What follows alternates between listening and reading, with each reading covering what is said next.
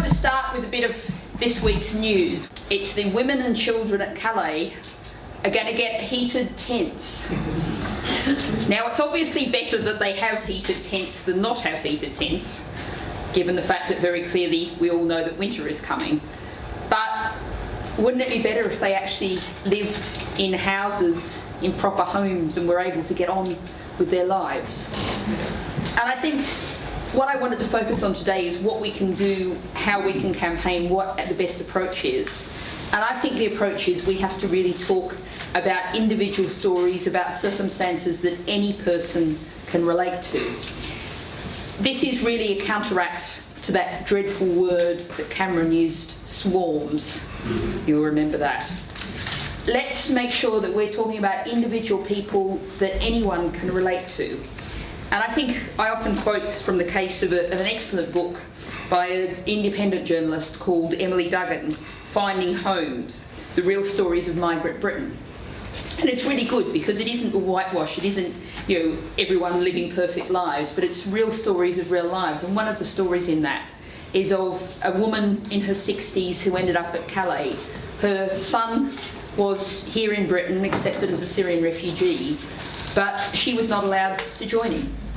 She'd been widowed, she had diabetes and other health conditions, and so she made her way from Syria through all the kind of dangers you can possibly imagine, made her way and got to Calais.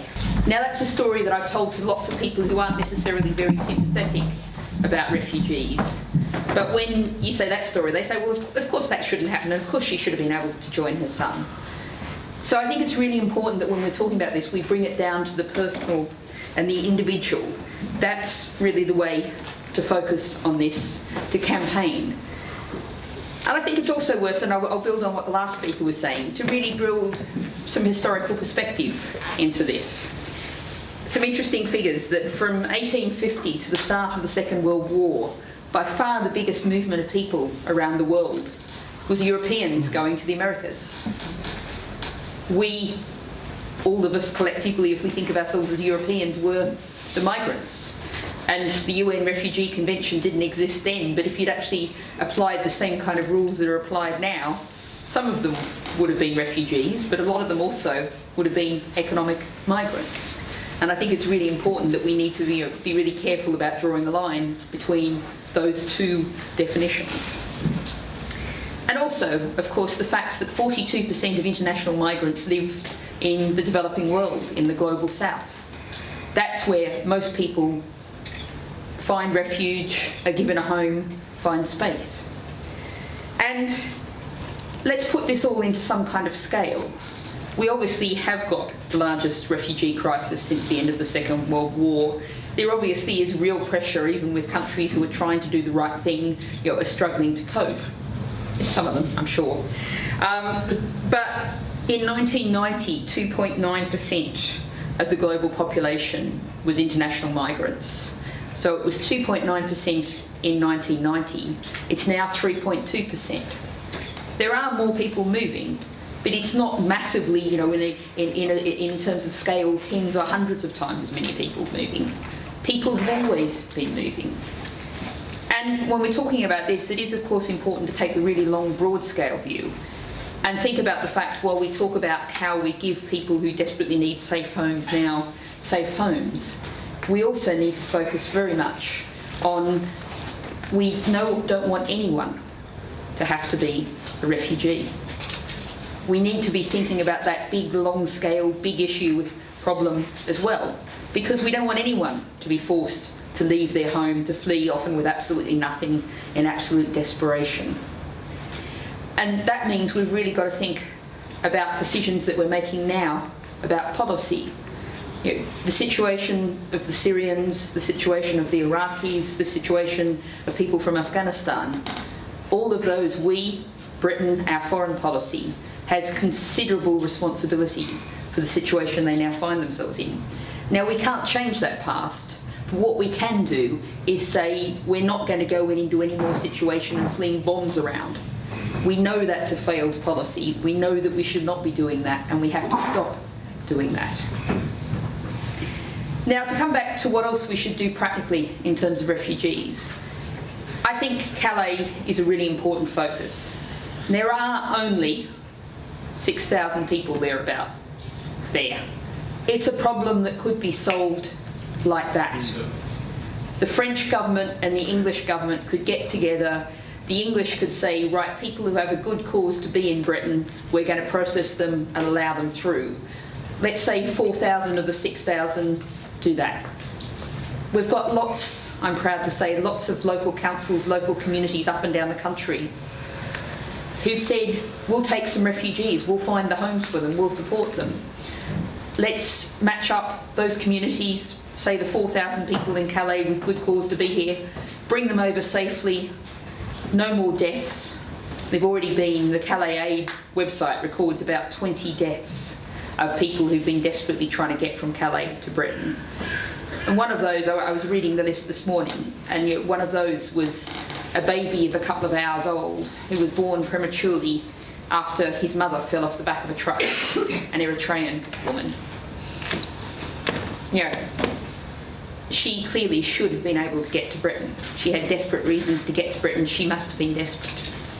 So let's close Calais down. Let's also say that we need to make sure that the people who are reaching Europe need to be fairly shared around Europe. As you said, 160,000 is nothing like enough. Mind you, it was at least a start to get the agreement of countries to say, a lot of them having their arm very severely twisted, to say they would take people. And once you've set the principle up, then you get the numbers to a reasonable level. And I do want to tell you a little story that I was reading this morning that relates to this, which was members of Latvia's parliament had a friendly football game with refugees from Syria and Iraq. And this is in the context of lots of very violent, nasty street protests against refugees. And let's do lots of things like that. Let's encourage lots of things like that. And we also need to get an orderly resettlement program from the neighbouring countries, from Syria, from the countries where people are gathering and now taking those desperate journeys across the Med, those desperate journeys to Greece and Italy, the desperate journeys from Libya. We need to stop that happening because people need to be able to find a safe route into Europe, not to have to put themselves in the hands of smugglers. So, 3 things. Calais, an orderly resettlement program within Europe, and an orderly resettlement program into Europe. Those are the 3 things we need. But I want, in the final section, to focus on how we're actually treating people who do get to Britain. Because it is, I think many people in this room will probably already know, Britain is the only country in Western Europe that has indefinite immigration detention. We lock up people who've committed no crime and not accused of any crime, who simply, in some way or another, are undocumented, very often because of the fault of our own system. And we lock them up and we throw away the key, and they might be released in a month, 6 months, 12 months. They might basically be locked up indefinitely. And I spoke a couple of years ago now down in a wonderful group called the Winchester Southampton Visitors Group. Lots of refugees were actually under the Blair government quite a few years ago moved to Southampton, and there was very few support services for them. And it's an interesting, really good case study of how to set up an NGO, a support group, because Winchester is a very wealthy place that has lots of resources and lots of retired people with skills and a bit of time on their hands. So they joined the two together, and there's lots of retired solicitors, people with skills and experience who go to Southampton and help the refugees. But there I met a woman from Zimbabwe, and she had been an opponent, an activist against the regime of Robert Mugabe. She'd been about 20 when she'd had to flee Zimbabwe. She'd come here, and when you looked in her eyes, you could see that she had been very severely abused. She had really suffered. It was just very obvious. And she'd been in Britain for 10 years. She'd never managed to sort out her immigration status. She'd been stuffed around from pillar to post. She had had a baby, now had a child of 3 or 4 from a relationship that I very much suspect was abusive.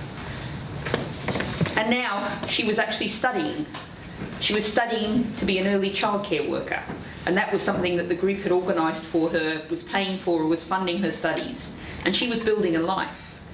But she still didn't have any certainty of immigration status. She still faced the potential of being deported.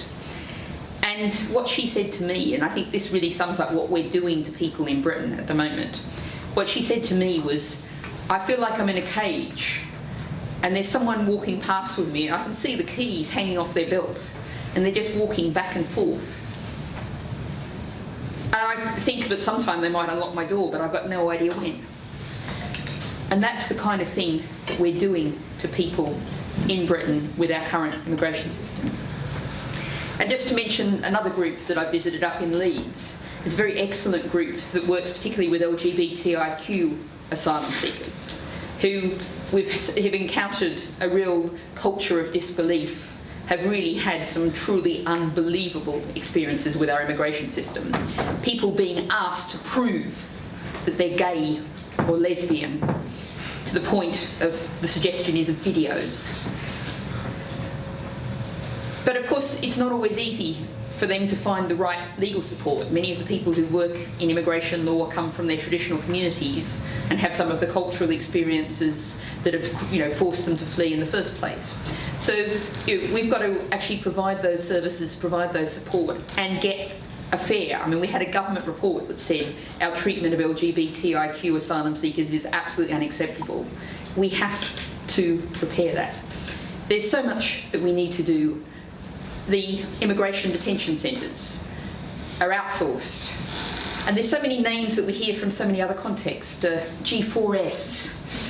I was actually at an event a couple of nights ago talking about human rights abuses in Colombia, associated with oil and coal mines. And oddly enough, G4S popped up in that context too. They just seem to pop up in all these kind of contexts. But we have these outsourced immigration detention centres where report after report says circumstances are entirely unacceptable. So I want to put an advert in at this point, because on the 7th of November there's a protest which I'd like to make sure everyone knows about, which is outside Yarlswood. Now, I was outside the Yarlswood Detention Centre a few months ago now. There's been a whole series of protests. This is a particularly abusive centre that mostly holds women. There's been huge mistreatment, failure to provide medical care, utterly unacceptable. And there's a big push on to close Yarlswood down. Now, that's not going to solve every problem, but it's a really practical goal to set out. We've got all these government reports that say the nature of it's unacceptable. And let's close it down and use that as a much bigger push to say let's end indefinite immigration detention. So I think that's more or less what I'll finish, but it's a message really of we've come a long way. Sometimes when we fight these struggles it feels like it's just this huge battle and it's never ending. But if you think about the fact that I'm sure many people in this room are on the brilliant Refugees Welcome March a month or so back, and that just came out of practically nothing, and it came after we'd seen a single horrific photo of Aylan Kurdi, the 3-year-old who sadly drowned while he and his family were seeking refuge in Europe. But that wasn't just that one photo. There was a whole history behind that of political campaigning, of people talking in their churches, people talking in their community groups, people talking in their unions. Public opinion was starting to shift, and then there was that one powerful photo that really helped make a big jump in public opinion. And then we had, who knows, probably 150,000 people out on the streets of London. And one of the things that I saw with that was great, and the people I talked to, a lot of the people I talked to said, "This was my first ever march. I've never been on one of these things before. What do you do exactly?" And a lot of them said at the end, that was great. I feel so enthused and inspired, and I'm going to come on another one. That was a real step forward. We need to keep up the pressure, keep up the campaigning. There will be days when it feels like it's just an enormous struggle, and we've got another immigration bill coming along. There's all these terrible things the government is doing. But actually, if you think about where we are in Britain politically now, we have a right-wing government that's looking more isolated, more extreme, more totally out of touch with the public, with reality every day. I think this government has already had its poll tax moment. I'm not quite sure which one it was, there's so many to pick from, but I think it's already had it. Jeremy Corbyn was elected as leader of the Labour Party. We had the Green surge in the last general election, the SNP from the left entirely knocked Labour flying in Scotland. Politics is shifting. We can move Britain to a different kind of caring, humane, decent Britain. A Britain that treats refugees properly, that welcomes our fair share of refugees from across the world who need our help and support, and who can all contribute to our society. Thank you.